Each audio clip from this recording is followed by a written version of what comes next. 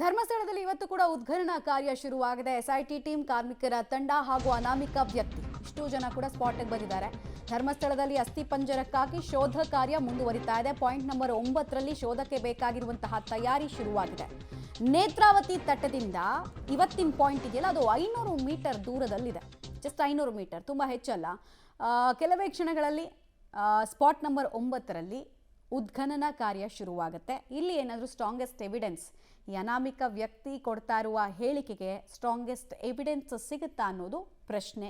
ನಿನ್ನೆ ಇಡೀ ದಿನ ಆಗಿದ್ರೂ ಕೂಡ ಕಾರ್ಮಿಕರು ಸುಸ್ತಾದರೆ ಹೊರತು ಯಾವುದೇ ರೀತಿಯಾದಂತಹ ಕುರುಹು ಸಿಗಲಿಲ್ಲ. ಆದರೆ ಪಾಯಿಂಟ್ ನಂಬರ್ 6ರಲ್ಲಿ 12 ಮೂಳೆಗಳ ಚೂರು ಸಿಕ್ಕಿದೆ, ಪೂರ್ತಿ ಅಸ್ಥಿಪಂಜರ ಅಲ್ಲ.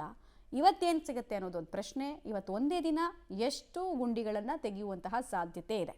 ಮಣ್ಣಿನೊಳಗಿನಿಂದ ಇವತ್ತು ಹೊರಬರಬಹುದಾದಂತಹ ಸತ್ಯ ಯಾವುದು ಅನ್ನೋದು ಕೂಡ ಪ್ರಶ್ನೆ ಆಗ್ತಾ ಇದೆ. ಸರ್ವಸನ್ನದ್ಧವಾಗಿರುವಂತಹ ಎಸ್ಐಟಿ ಟೀಮ್ ಬೇಕಾಗಿರುವಂತಹ ಪ್ರಿಪ್ರೇಷನ್ಸ್ ಅನ್ನು ಕೂಡ ಮಾಡಿಕೊಳ್ಳಲಾಗ್ತಾ ಇದೆ. ಮತ್ತು ರಸ್ತೆ ಪಕ್ಕದಿಂದ ಕೆಲವೇ ಮೀಟರ್ ದೂರ ಇರೋದ್ರಿಂದ ಇಲ್ಲಿ ಸಾಕಷ್ಟು ಗೌಪ್ಯತೆ ಕಾಪಾಡಿಕೊಳ್ಳೋದಕ್ಕೆ ಆಗಲೇ ಅಲ್ಲಿ ಹಸಿರು ಹೊದಿಕೆ ಹಾಕಿ ಬೇಕಾದಂತಹ ಪೊಲೀಸ್ ಸಿಬ್ಬಂದಿಗಳಿರ್ಬೋದು, ಎಲ್ಲರನ್ನ ಕೂಡ ಕರೆಸ್ಕೊಳ್ಳೋ ಕೆಲಸ ಆಗಿದೆ. ಒಂದು ಕಡೆಗೆ ರಸ್ತೆ ಪಕ್ಕದಲ್ಲೇ ಇರೋದ್ರಿಂದ ಜನ ಕೂಡ ವಿಪರೀತ ಸಂಖ್ಯೆಯಲ್ಲಿ ಸೇರ್ಬಿಡ್ತಾರೆ ಅನ್ನುವಂತಹ ಆತಂಕ. ಮತ್ತು ಧರ್ಮಸ್ಥಳಕ್ಕೆ ಕನೆಕ್ಟ್ ಆಗುವಂತಹ ಮೇನ್ ರೋಡ್ಗಳಲ್ಲಿ ಇದು ಕೂಡ ಒಂದು. ಹೀಗಾಗಿ ಜನದಟ್ಟಣೆಯನ್ನು ತಡಿಬೇಕು, ಗೌಪ್ಯತೆಯನ್ನು ಕೂಡ ಕಾಪಾಡಿಕೊಳ್ಬೇಕು, ಸ್ಥಳ ಮಹಜರಾಗಬೇಕು, ಎಲ್ಲವನ್ನ ಕೂಡ ಅಧಿಕಾರಿಗಳು ಸ್ಟೆಪ್ ಬೈ ಸ್ಟೆಪ್ ಮಾಡ್ತಿದ್ದಾರೆ. ಡೀಟೇಲ್ಸ್ ಕೊಡ್ತಾರೆ ದೀಪಕ್ ಜೈನ್. ದೀಪಕ್ ಜೈನ್, ಸ್ಟಾರ್ಟ್ ಆಗಿದೆಯಾ ಉತ್ಖನನ ಕಾರ್ಯ? ಇವತ್ತು ಯಾವ ರೀತಿಯಾಗಿ ಪ್ರಿಪೇರ್ಡ್ ಆಗಿದ್ದಾರೆ ಎಸ್ಐಟಿ ಅಧಿಕಾರಿಗಳು ಅಂತ? ಮಮತಾ, ಇವತ್ತು ಈಗಾಗಲೇ ಶೋಧನಾ ಕಾರ್ಯವನ್ನ ಶುರು ಮಾಡಿದ್ದಾರೆ. ಪ್ರಮುಖವಾಗಿ 4 ಪಾಯಿಂಟ್ಗಳನ್ನ ಏಕಕಾಲದಲ್ಲಿ ಕವರ್ ಮಾಡ್ಕೊಂಡಿರುವಂತದ್ದು. ಯಾಕಂದ್ರೆ ಹೆಚ್ಚುವರಿ ಸಿಬ್ಬಂದಿಗಳನ್ನ ಕೂಡ ಈ ಭಾಗದಲ್ಲಿ ನೇಮಕ ಮಾಡಿರೋದು ಮತ್ತು ಹೆದ್ದಾರಿಯಲ್ಲೇ ಈ ತರದ ಒಂದು ಪ್ರೊಸೀಜರ್ ನಡೀತಾ ಇರೋದ್ರಿಂದ ಹಿಟಾಚಿಯನ್ನ ರಸ್ತೆಯಲ್ಲೇ ಇಟ್ಕೊಂಡಿದ್ದಾರೆ. ಯಾವುದೇ ಸಂದರ್ಭದಲ್ಲೇ ಅದು ಹಿಟಾಚಿಯನ್ನ ಬಳಸ್ಕೊಂಡು ಕೂಡ ಶೋಧ ಕಾರ್ಯ ಮಾಡೋದಕ್ಕೆ ಮುಂದಾಗ್ತಾ ಇದ್ದಾರೆ. ಅದ್ರ ಜೊತೆಗೆ 4 ಕೂಡ ಏಕಕಾಲದಲ್ಲಿ ಕವರ್ ಮಾಡೋದ್ರಿಂದ ಒಟ್ಟಿಗೆ 4 ಕಡೆ ಶೋಧ ಕಾರ್ಯವನ್ನ ಮಾಡಿಕೊಂಡು ಯಾವ್ದಾದ್ರು ದಾಖಲೆಗಳು ಸಿಗ್ತದಾ ಅನ್ನುವಂತ ಹಿನ್ನೆಲೆಯಲ್ಲಿ ಈ ತರದ ಒಂದು ಕಾರ್ಯಾಚರಣೆಯನ್ನ ಆರಂಭ ಮಾಡಿರುವಂತದ್ದು. ಒಂದು ಸಾರ್ವಜನಿಕರು ಕೂಡ ಹೆಚ್ಚಿನ ಸಂಖ್ಯೆಯಲ್ಲಿ ಇರೋದ್ರಿಂದ ಇಲ್ಲಿ ಯಾವುದೇ ಮೂವ್ಮೆಂಟ್ಗಳು ಆಗ್ಬಾರ್ದು ಅನ್ನುವಂತ ಹಿನ್ನೆಲೆಯಲ್ಲಿ ಹೆಚ್ಚುವರಿ ಭದ್ರತೆಗಳನ್ನ ಒದಗಿಸಿದ್ದಾರೆ. ಕೆಲವೇ ಕ್ಷಣಗಳಲ್ಲಿ ಈಗ ಮೊದಲ ಹಂತದಲ್ಲಿರುವಂತ ಎಸ್ಐಟಿ ಅಧಿಕಾರಿಗಳ ತಂಡ ಅಲ್ಲಿಗೆ ಬಂದಿದೆ. ಬೇಕಾಗಿರೋ ಎಲ್ಲ ಅಂದರೆ ರಸ್ತೆ ಪಕ್ಕದಲ್ಲೇ ಇರೋದ್ರಿಂದ ಅಲ್ಲ ಹಸಿರು ಹೊದಿಕೆಯನ್ನು ಕೂಡ ಸ್ಟಾರ್ಟ್ ಆಗೋಕೆ ಮುಂಚೆನೇ ಹೊದಿಸ್ಬಿಟ್ಟಿದ್ದಾರೆ.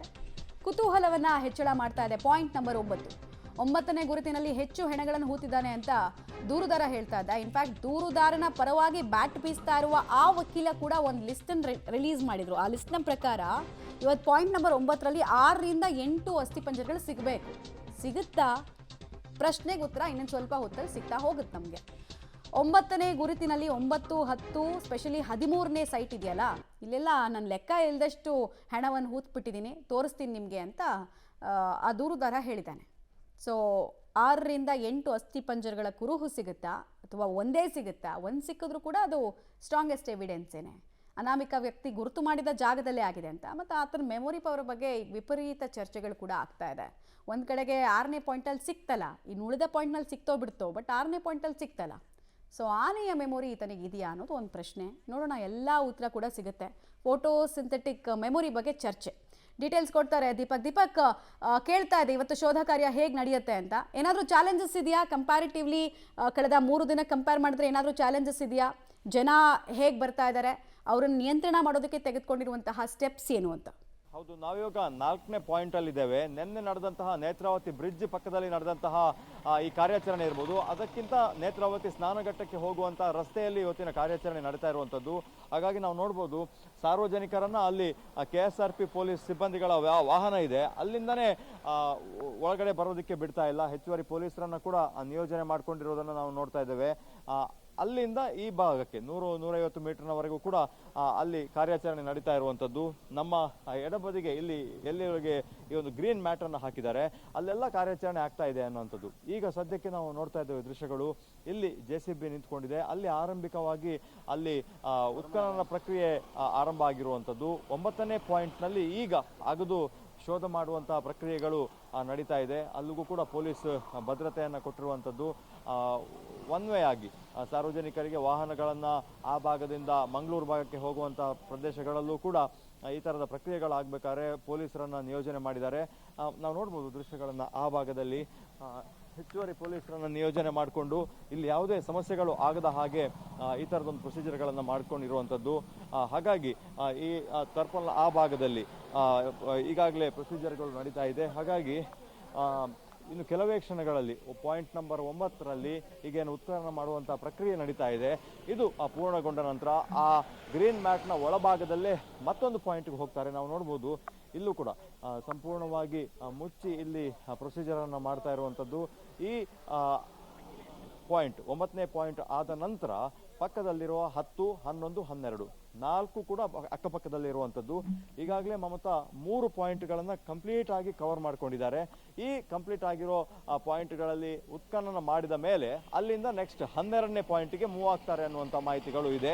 ಇವತ್ತು ಕಂಪ್ಯಾರಿಟಿವ್ಲಿ ಕಳೆದ 2-3 ದಿವಸದ ಒಟ್ಟು ಪ್ರೊಸೀಜರ್ಗೆ ಹೋಲಿಸಿದ್ರೆ ಇವತ್ತು ಸ್ವಲ್ಪ ವೇಗವಾಗಿ ಸಾಗಬಹುದು ಅನ್ನುವಂಥದ್ದು. ಯಾಕಂದರೆ ಇದು ಬೆಟ್ಟ ಪ್ರದೇಶದಲ್ಲೇ ಆಗ್ತಾ ಇರುವಂತಹ ಉತ್ಖನನ ಪ್ರಕ್ರಿಯೆ ಆಗಿರೋದ್ರಿಂದ ಇಲ್ಲಿ ಯಾವುದೇ ನೀರಾವರಿ ಜಾಗ ಅಲ್ಲ, ಅದು ಬೆಟ್ಟದ ಬುಡದಲ್ಲೇ ಇರುವಂತಹ ಪ್ರಕ್ರಿಯೆ ಆಗಿರೋದ್ರಿಂದ ಇಲ್ಲಿ ಅತಿ ಬೇಗವಾಗಿ ಹೆಚ್ಚಿನ ಮ್ಯಾನ್ ಫೋರ್ಸ್ಗಳನ್ನು ಕೂಡ ಬಳಸ್ಕೊಂಡಿದ್ದಾರೆ ಮತ್ತು ಗಿಡ ಗಂಟಿಗಳನ್ನು ಸಂಪೂರ್ಣವಾಗಿ ಕ್ಲೀನ್ ಮಾಡೋದಕ್ಕೆ JCB ಅನ್ನು ಕೂಡ ಬಳಸ್ತಾ ಇರುವಂಥದ್ದು. ಹಾಗಾಗಿ ಈ ಒಟ್ಟು ಪ್ರೊಸೀಜರ್ಗಳು ಮಧ್ಯಾಹ್ನದ ವೇಳೆಗೆ 1 ಅಥವಾ 2 ಜಾಗವನ್ನು ಕಂಪ್ಲೀಟ್ ಮಾಡಬಹುದು. ಆದರೆ ಯಾವುದಾದ್ರೂ ಕುರುಹುಗಳು ಸಿಕ್ಕರೆ ಮಾತ್ರ ಇಡೀ ದಿವಸ ಅದೇ ಒಂದು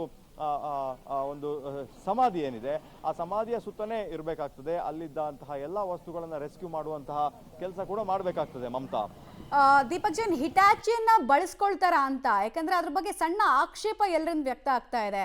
ಉತ್ಖನನ ಅನ್ನೋದು ತುಂಬಾ ಸೂಕ್ಷ್ಮವಾಗಿ ನಡಿಬೇಕು. ಈ ಹರಪ್ಪ ಮೊಹೆಂಜಾದ್ರೋ ಕಾಲದಲ್ಲಿ ಆಗ್ತಾ ಇತ್ತಲ್ಲ ಅಷ್ಟು ಸೂಕ್ಷ್ಮವಾಗಿ ನಡಿಬೇಕು ಉತ್ಖನನ. ಇವ್ರು ಯಾಕೋ ಹಿಟಾಚಿಯನ್ ಬಳಸಿ ಸೂಕ್ಷ್ಮ ಸಾಕ್ಷಿಗಳನ್ನ ಬಿಡ್ತಾ ಇದ್ದಾರೆ ಅಂತೆಲ್ಲ ಕೆಲವರು ವಿಪರೀತವಾಗಿ ಸೋಷಿಯಲ್ ಮೀಡಿಯಾದಲ್ಲಿ ಆಕ್ಷೇಪ ಎತ್ತುತ್ತಾ ಇದ್ದಾರೆ. ಸೊ SIT ಅಧಿಕಾರಿಗಳ ತೀರ್ಮಾನ ಏನು ಅಂತ? ಹೌದು ಮಮತಾ, ಆರಂಭದಲ್ಲಿ ಈ ತರ ಬಳಸಿದಂತಹ ಸಂದರ್ಭದಲ್ಲಿ ಇದೇ ಆಕ್ಷೇಪಗಳು ಬಂತು. ಅಲ್ಲಿ ಪ್ರಮುಖವಾಗಿ ಆರಂಭದಲ್ಲಿ ಬಳಸಿರುವಂತದ್ದು ನೀರು ಬಹಳಷ್ಟು ಇತ್ತು, ಅದನ್ನ ತೆಗೆದು ಮತ್ತೆ ನೇತ್ರಾವತಿಗೆ ಹರಿಯಬಿಡೋದಕ್ಕೆ ಹಿಟಾಚಿಗಳನ್ನ ಬಳಸಲಾಗಿತ್ತು. ಈಗಲೂ ನೋಡ್ಬೋದು ನಾವು ಹಿಟಾಚಿಯನ್ನ ಇಲ್ಲೇ ಪಕ್ಕದಲ್ಲಿ ನಿಲ್ಲಿಸ್ಕೊಂಡಿದ್ದಾರೆ.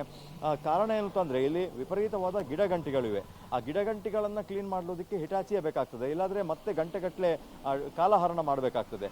ಆದ್ರೆ ಒಂದು ಬಾರಿ ಸಮಾಧಿಯ ಒಂದು ರೂಪ ಪಡೆದು ಸುತ್ತಲೂ ಕೂಡ ಸುತ್ತ ಈಗ 3 ಅಡಿಯ ಒಂದು ಹೊಂಡ ಇದ್ರೂ ಕೂಡ ಇಲ್ಲಿ 6 ಅಡಿ ಅಗಲವನ್ನ ತೋಡ್ತಾರೆ. ಇಂತಹ ಜಾಗದಲ್ಲೂ ಕೂಡ ಹಿಟಾಚಿಯನ್ನ ಆರಂಭದಲ್ಲಿ ಮಾತ್ರ ಬಳಸೋದು. ಆ ನಂತರ ಯಾವುದೇ ಮಣ್ಣನ್ನು ತೆಗೆಯೋದಕ್ಕೆ ಮಾನವ ಶ್ರಮವನ್ನ ಮಾತ್ರ ಬಳಸ್ತಾ ಇರುವಂಥದ್ದನ್ನು ನಾವು ನೋಡ್ತಾ ಇದ್ದೇವೆ. ಹಾಗಾಗಿ ಹಿಟಾಚಿ ಬಳಕೆಗೆ ಆರಂಭದಲ್ಲಿ ಆಕ್ಷೇಪ ಬಂದರೂ ಕೂಡ ಆ ಸುತ್ತಲ ಗಿಡ ಗಂಟಿ ಮರ ಗೆಲ್ಲುಗಳು ಇದನ್ನೆಲ್ಲ ತೆಗೆಯೋದಕ್ಕೆ ಮತ್ತು 1-2 ಫೀಟ್ ಅಡಿಗೆ ಹೋಗೋದಕ್ಕೆ ಹಿಟಾಚಿ ಬೇಕೇ ಬೇಕಾಗ್ತದೆ. ಇಲ್ಲದಿದ್ರೆ ಮತ್ತಷ್ಟು ಟೈಮ್ ತೆಗೆದುಕೊಳ್ತದೆ ಅನ್ನುವಂಥದ್ದು. ಈ ದೊಡ್ಡ ಉತ್ಖನನ ಮಾಡುವಂಥದ್ದು ಯಾವುದೋ ಒಂದು ಇತಿಹಾಸ ಪ್ರಸಿದ್ಧ ಜಾಗಗಳಲ್ಲಿ ಉತ್ಖನನ ಮಾಡಬೇಕಾದ್ರೆ ಹಿಟಾಚಿಯನ್ನು ಬಳಸೋದಿಲ್ಲ, ಯಾಕಂದ್ರೆ ಅಲ್ಲಿ ಏನಾದರೂ ಕುರುಹುಗಳು ಹಾಳಾಗಬಹುದು ಅನ್ನುವಂಥದ್ದು. ಆದರೆ ಇಲ್ಲಿ ಸಿಗೋದಾದ್ರೆ ಹೆಚ್ಚಂದ್ರೆ ಬುರುಡೆ ಸಿಗ್ತದೆ, ಮೂಳೆ ಸಿಗ್ತದೆ. ಅದು ಸಿಕ್ಕಂತ ಸಂದರ್ಭದಲ್ಲಿ ಅದನ್ನ ವಶಪಡಿಸಿಕೊಂಡು ಅದನ್ನ ಸಂಶೋಧನೆಗೆ ಕಳಿಸಬಹುದು. ಅದರಲ್ಲಿ ಏನು ವ್ಯತ್ಯಾಸಗಳು ಆಗೋದಿಲ್ಲ ಅನ್ನುವಂಥದ್ದು. ಆ ಕಾರಣಕ್ಕೋಸ್ಕರನೇ ಹಿಟಾಚಿಯನ್ನು ಬಳಸ್ತಾ ಇರುವಂಥದ್ದು. ಮಮತಾ, ಆಲ್ ರೈಟ್, ಧನ್ಯವಾದ ದೀಪಕ್ ಜೈನ್ ತಮ್ಮೆಲ್ಲ ಮಾಹಿತಿಗಾಗಿ. ಒಟ್ಟಿನಲ್ಲಿ ಕಾರ್ಯಾಚರಣೆ ಶುರುವಾಗಿದೆ. ಕಾರ್ಯಾಚರಣೆಯಲ್ಲಿ ಸ್ಟ್ರಾಂಗೆಸ್ಟ್ ಎವಿಡೆನ್ಸ್ ಏನಾದರೂ ಮಾನವ ದೇಹಕ್ಕೆ ಹೋಲುವಂತಹ ಅಸ್ಥಿಪಂಜರದ ಭಾಗ ಸಿಗುತ್ತಾ ಅನ್ನೋದು ಪ್ರಶ್ನೆ.